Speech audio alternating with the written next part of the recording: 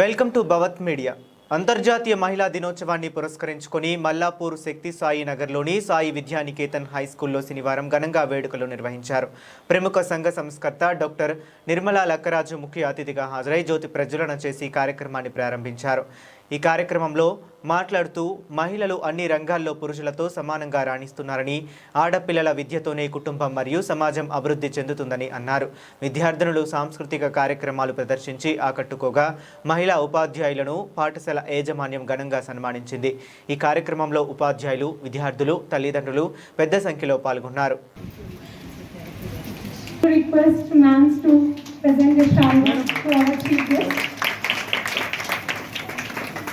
Please जोर से लगाओ वाइस का एनर्जी लगाओ मुश्किल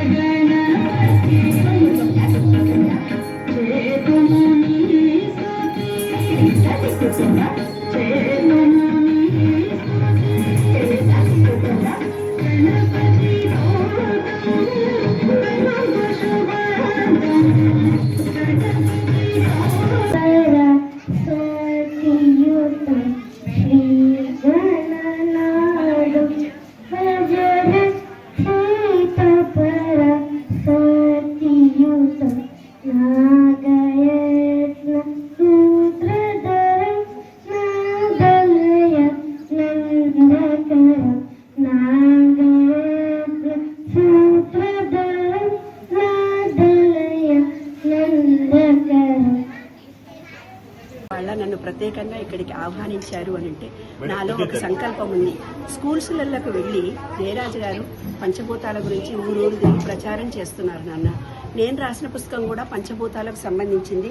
ఈ పంచభూతాల విశ్వంలో ఉన్నాయి. విశ్వంలో పంచభూతాలకు డిటాచ్మెంట్ అయితే మనం ఏమిస్తామో అదే వస్తుందనేది విశ్వ నియమాలు, విశ్వరహస్యాలు బయటకు తీసుకొచ్చి రాశాను.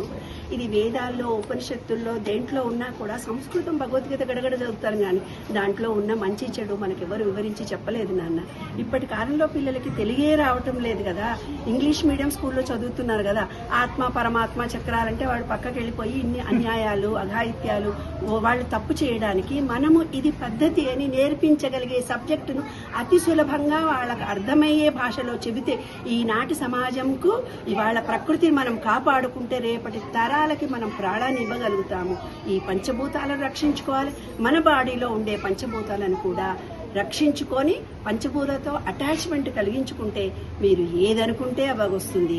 అట్రాక్షన్ ఆఫ్ లా అని కోట్ల రూపాయల సంపాదనలో బొంబాయి, ఢిల్లీ, యూఎస్లో పెద్దగా జరుగుతుంది నాన్న. కానీ ఈ విషయంలో 12 సూత్రాలు ఉంది. అట్రాక్షన్ ఆఫ్ లా అనేది 7వది మాత్రమే. 7వది ఒక సూత్రం మాత్రమే. దాని మీదనే నేను రీసెర్చ్ చేసి 15 సంవత్సరాలు కృషి చేసి విశ్వ నియమాలు, విశ్వరహస్యాలు పుస్తకం రాయడం జరిగింది నాన్న. ఈ పుస్తకం కావాలంటే కొనుక్కొని చదవండి అంటున్నాను.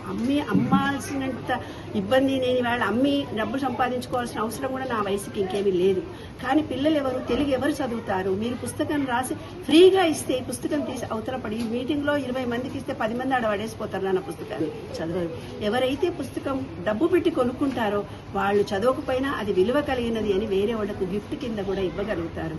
కాబట్టి పంచభూతాలను రక్షించుకోండి. ఒక స్త్రీ అంటే తన ఆరోగ్యం చూసుకోవాలి. స్త్రీ శక్తి అంటే ఏమిటో కూడా ఇప్పుడు వివరించడం జరిగింది. పురుష శక్తి అంటే ఏమిటో కూడా ఇప్పుడు వివరించడం జరిగింది. స్త్రీ పురుష శక్తులు ఇద్దరు సమానమైతేనే స్త్రీలు ముందుకొస్తారు నాన్న. పురుషుడు బిహైండ్గా లేకపోతే ఏ స్త్రీ కూడా ముందంజ వేయలేదు. మహిళా దినోత్సవం ఆహా ఓహో ఇహి అని ఏం చెప్పినా కూడా ఈ విశ్వం మొత్తం కూడా స్త్రీ పురుష శక్తితో ఉంది. మనలో కూడా స్త్రీ పురుష శక్తి ఉంది.